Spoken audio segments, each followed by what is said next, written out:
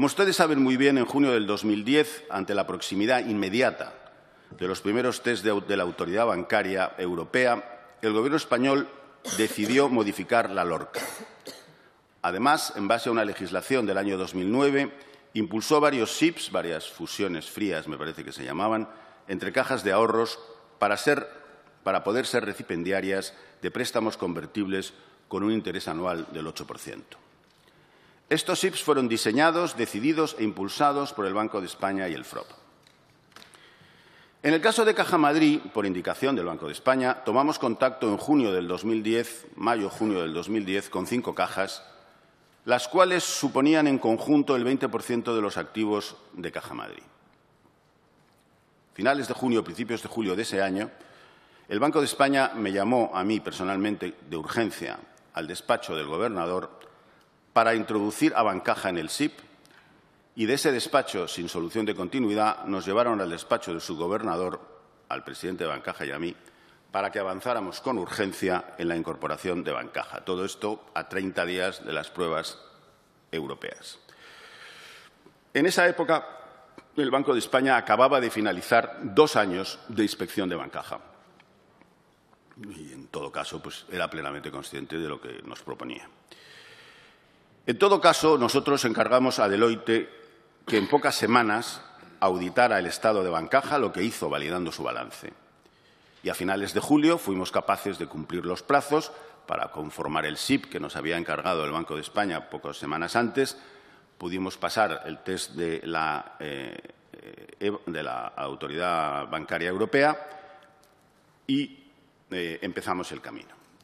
En el otoño de ese mismo año encargamos a Pricewaterhouse un análisis más profundo y de él se realizó una previsión de provisiones necesarias de más de 6.900 millones de euros netos de impuestos, los cuales eran más de lo que el Banco de España nos había avanzado, que creían que teníamos que provisionar a finales de julio. Pero el Banco de España, en diciembre del 2010, y esto es muy importante, trasladó a los consejos de todas las cajas y al Consejo del SIP, por carta, la pérdida esperada para los próximos 2 años, 2011 y 2012, que consideraba el Banco de España plenamente absorbible por la deuda convertible prestada por el FROB. Eso era diciembre del 2010. En febrero del 2011, el Parlamento español aprobó una ley que exigía a las cajas que no tuvieran un capital del 10%, cuando exigía solo el 8% a los bancos, que lo obtuvieran del mercado en un plazo de 12 meses. Estábamos en febrero del 2011, febrero del 2012. Pero el Banco de España indicó claramente que ese plazo no era de 12 meses, sino de 6, es decir, septiembre.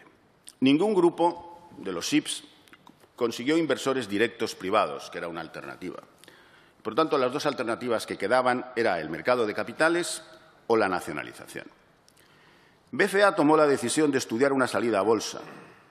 El Banco de España, junto con el FROB, establecieron un objetivo mínimo de captación de 3.000 millones de euros y la CNMV también exigió excepcionalmente que los inversores institucionales supusieran el 40%, 10 puntos más de lo que habitualmente se exigía. Cumpliendo con todos los plazos, de febrero a junio, la salida a bolsa se realizó en julio del 2011, en un momento especialmente difícil de los mercados, cuando en otros sectores se estaban retirando las salidas a bolsa. El FROB, el Banco de España, los 6 bancos colocadores, los bancos asesores nos insistieron que en septiembre el mercado probablemente estaría cerrado en Europa. Estamos, como ustedes saben muy bien, empezando la segunda crisis del euro, o la parte más álgida de la crisis del euro. En esta situación, indudablemente, el descuento en el que se pudo hacer la colocación fue muy superior al estimado inicialmente, a costa de la participación de las 7 cajas fundadoras, pero la colocación se realizó por la cantidad esperada, cumpliendo escrupulosamente las condiciones de la CNMV.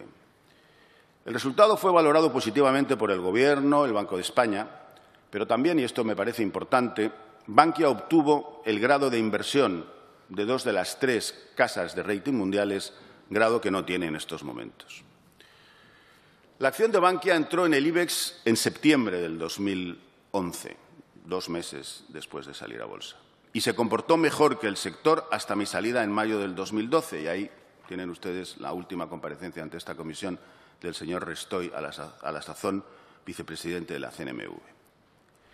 En octubre de ese mismo año, la EBA realizó otros test, esta vez solo para las entidades más grandes. Bankia lo pasó, pero tenía una necesidad de ampliar capital nuevamente, lo que empezamos a hacer en febrero del 2012 con una conversión voluntaria de preferentes en acciones, como estaban haciendo todos los demás bancos. Pero en diciembre del 2011 cambió el Gobierno y el nuevo Gobierno introdujo otra estrategia distinta, como ha explicado aquí detalladamente el señor Arístegui. En enero del 2012, el nuevo ministro de Economía se estrenó ante la opinión pública internacional, afirmando que el sector bancario español necesitaba 60.000 millones de euros adicionales. Las acciones de todos los bancos españoles empezaron a caer. A renglón seguido, en febrero, el Gobierno aprobó un decreto ley de nuevas provisiones dirigidas exclusivamente al sector inmobiliario. En la parte que correspondía a BCA Bankia, lo aplicó con la aprobación preceptiva del Banco de España el 14 de abril del 2012 y el 6 de mayo el ministro de Economía me exigió la dimisión, que se hizo efectiva el 9, y la acción de Bankia se desplomó. En junio del 2012, el gobernador del Banco de España dejó anticipadamente su cargo.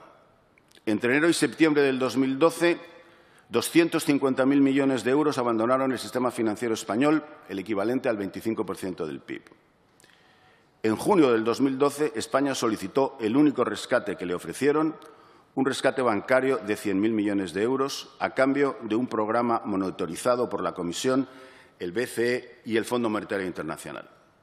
A pesar de ello, la prima de riesgo, inmediatamente después de aprobarse este programa, se elevó a 700 puntos básicos, 400 puntos básicos aproximadamente más que un año antes. Desde que comparecí ante el Congreso en julio del 2012 para hablar del tema BCA Bankia, se han producido nuevos hechos que, en mi opinión, introducen más sombras que luces sobre lo sucedido. Me refiero, desde luego, a la instrucción penal llevada a cabo en el Juzgado de la Audiencia Nacional, el Juzgado 4 de la Audiencia Nacional. Instrucción que, después de más de 5 años, ha culminado con la apertura de juicio oral por presunta estafa a inversores. Aquí quiero llamar la atención a sus señorías sobre dos comparecencias parlamentarias que se produjeron en mayo del 2012. La primera, el 23 de mayo, del ministro de Economía, señor de Guindos, en la que cifra en 7.000 millones ante esta Cámara, en el Congreso, las necesidades de Bankia para cumplir con los nuevos requerimientos de provisiones originados por sus dos decretos leyes, el de febrero y el de marzo.